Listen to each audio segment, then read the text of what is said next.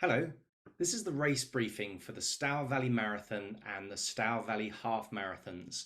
The races this year are on Saturday, the 17th of June. I'm John from Company of Runners, and there will not be a briefing before the race, so it is mandatory that you watch all the way through to the end of this video. After watching this, if you have any questions, please email companyofrunners@gmail.com. Now we're going to talk about all three races, the Stour Valley Marathon, the First Loop Half Marathon, and the Dragon Loop Half Marathon. For those that don't know, the marathon is a figure of eight course starting at Neyland and heading east as far as Stratford St Mary, then passing back through Neyland, heading west out to Bures and back to the finish in Neyland. Hence the name of the first loop half, because it's nearly the same route except for a mile at Stratford St Mary as the first part of the marathon. Then the Dragon Loop is, yes, you've guessed it, more or less the same as the second section of the marathon. So make sure you know which race name you are running. Please concentrate, re-watch this video, make notes, as it's all important information. Entries are now closed and you can no longer transfer, defer, nor get a refund. There'll be no entries to the race on the day, although we are still happy to hear from any volunteers. You need to be over 18 to compete, and you can't run with dogs. We have a Trail Running Association permit and follow UK athletics rules. The start finish area is at Neyland Village Hall. The entrance to the field on which we will park is accessed down Church Lane in Neyland. Marshals will signpost you to park on the field. If it's dry, then registration will be at the bottom of the field. However, if the weather is wet, we will move into the hall. The start-finish funnel is at the bottom of the field.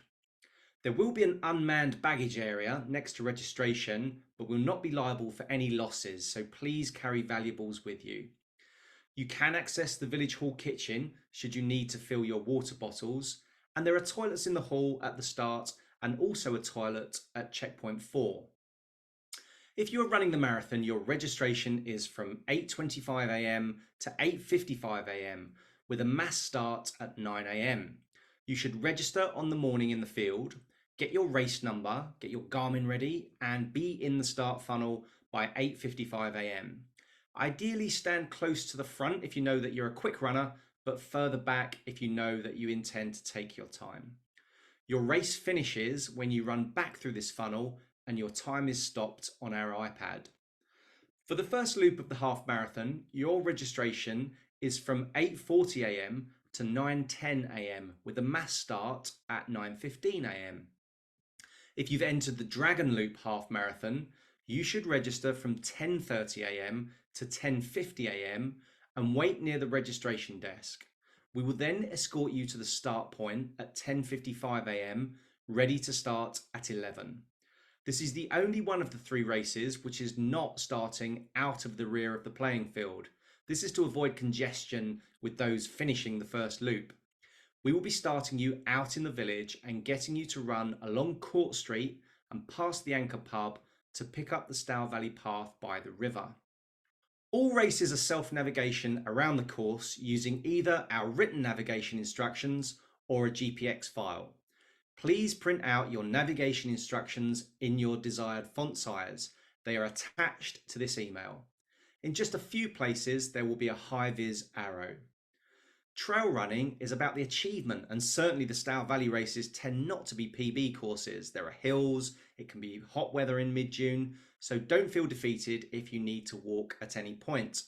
Please, however, note that the cut-off for the marathon will be stringent at 8 hours and you will be pulled from the race at checkpoint 3 after the first loop if you are not there in 4 hours, because there's no way then that you'd make it to the end in 8 hours.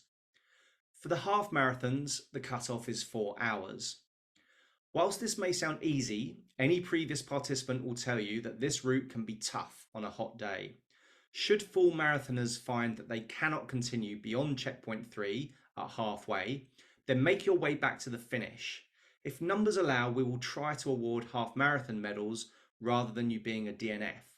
T-shirts, however, have been individually ordered according to size preference. Our medic support is again from Challenge First Aid, and we would also like to thank the Finish Line Fund for the grant which covered the cost of us hiring the medics.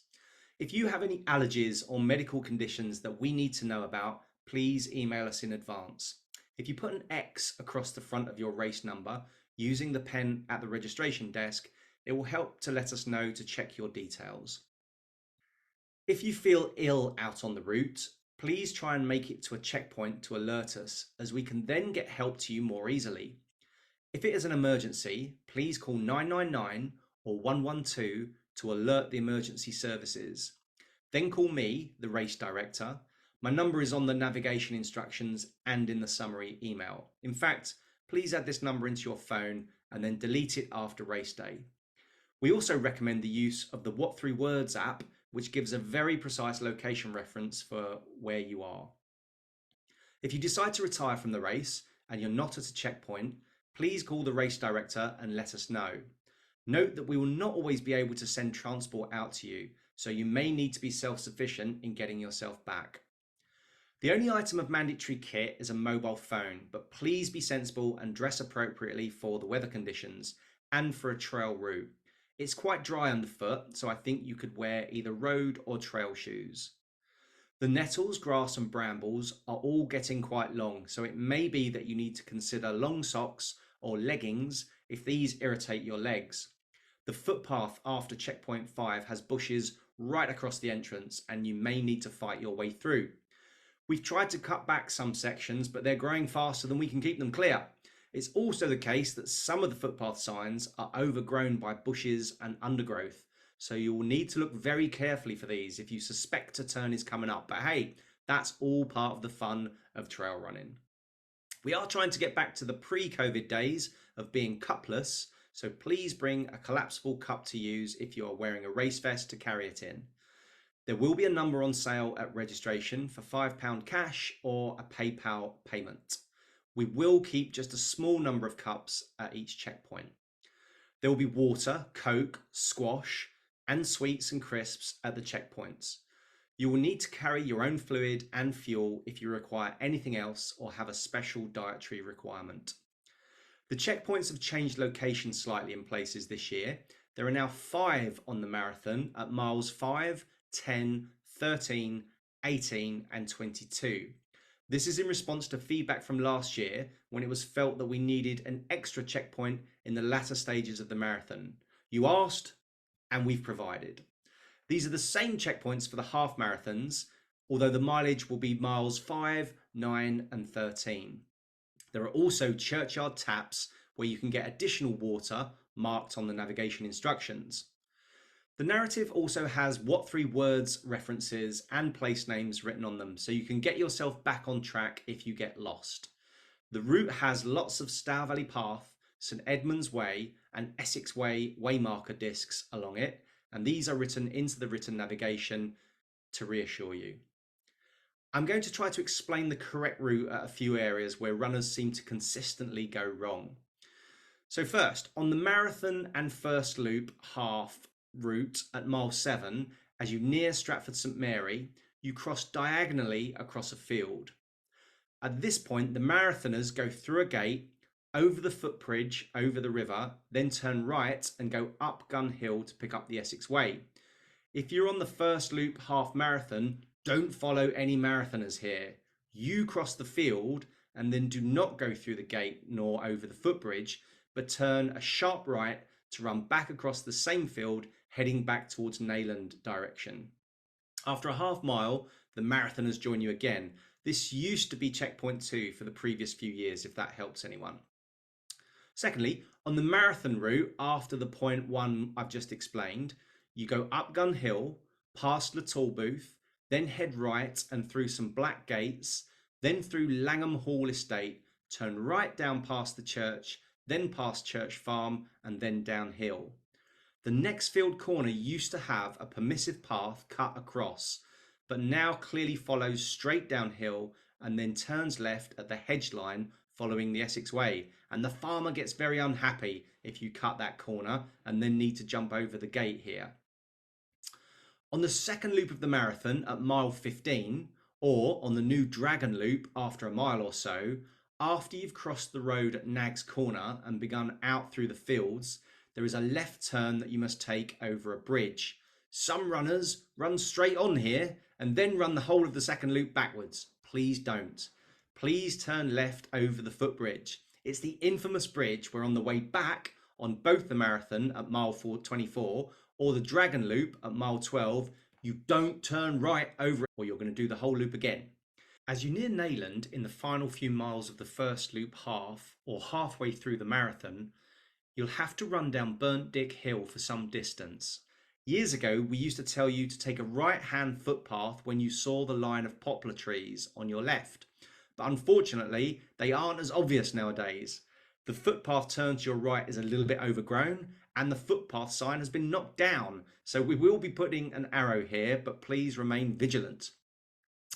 Now, as you finish the marathon or the Dragon Loop, you'll head back along the river, past the weir, into Neyland.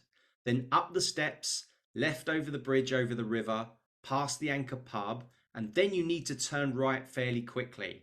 It's quite hard to explain in the written navigation.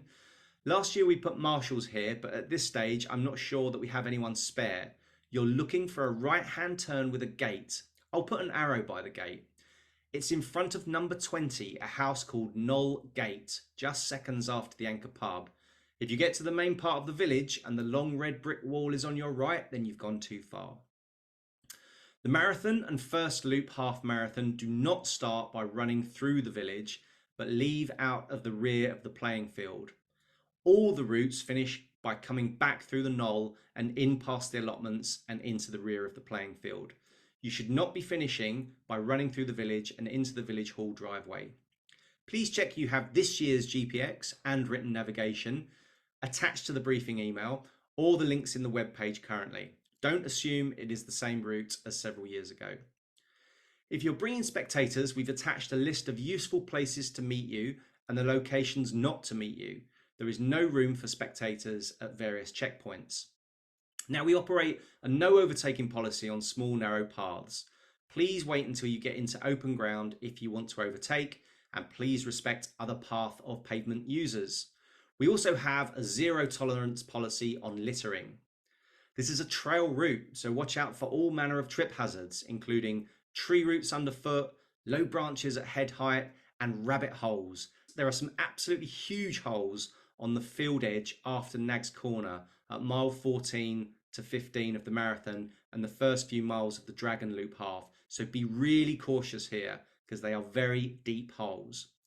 Sometimes you'll see the River Stour. Do not stray too near the water, as inviting as that may be on a hot day. And if you are running through fields with any livestock, walk through the field carefully. And if you open a gate, make sure you shut it behind you, even if there is another runner approaching behind you. There are a few road sections, but we don't have any road closures. So take appropriate care when running along a road, and please take a few moments to look properly before crossing a road. This is especially important at the start of the marathon and first loop half, when you must run along the pavement before you cross the road to go up Gravel Hill. This road is not closed. It can get busy and the traffic can be going quite fast. You must not stream out onto the road.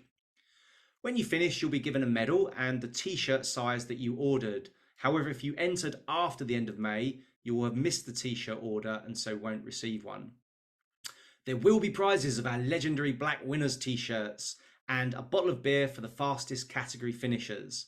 Results will be posted on Facebook, emailed out and put on our website. We will try to take photos and put these up on Facebook free of charge for you to use. If you would rather not be photographed, please email us so that we can add you to an exemption list. If you take photos yourself, do send us your favourites so that we can add them to our Facebook album.